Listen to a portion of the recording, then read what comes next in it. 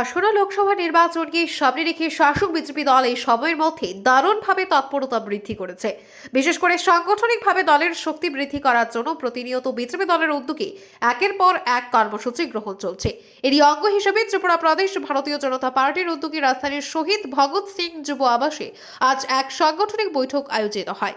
এই বৈঠকে প্রদেশ বিজেপির সভাপতি রাজীব ভট্টাচার্য, রাজ্যের মুখ্যমন্ত্রী প্রফেসর ডক্টর মানিক সাহা, প্রাক্তন মুখ্যমন্ত্রী জিষ্ণু দেববর্মন প্রমুখ উপস্থিত ছিলেন। এই বৈঠকে আসন্ন লোকসভা নির্বাচনের নিরিখে সাংগঠনিক দৃষ্টিকোণ থেকে একাধিক বিষয়ের উপর আলোচনা করে বিভিন্ন প্রকারের সিদ্ধান্ত গ্রহণ করা হয় বলেই জানা গেছে।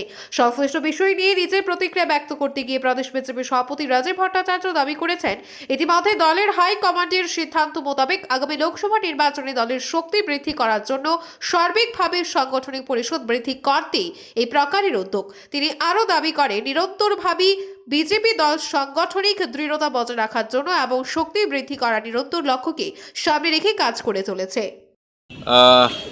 সামনেই আমাদের লোকসভা নির্বাচন, আমাদের বড় নির্বাচন, বড় উৎসব।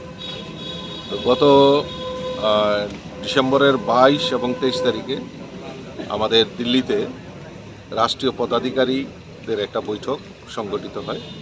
সেখানে দেশের যশস্বী প্রধানমন্ত্রী নরেন্দ্র মোদীজি থেকে শুরু করে আমাদের অমিত ভাই শাহ এবং আমাদের রাষ্ট্রীয় সভাপতি আদরণীয় জেপি নাড্ডাজির পৌরোহিত্যে একটি বৈঠক অনুষ্ঠিত হয়। আর বৈঠকে কিছু সিদ্ধান্ত গৃহীত হয় যে আগামী লোকসভা নির্বাচনে দলের অর্থাৎ সংগঠনের কী করণীয় কাজ সেই সম্পর্কে অবহিত করা হয়।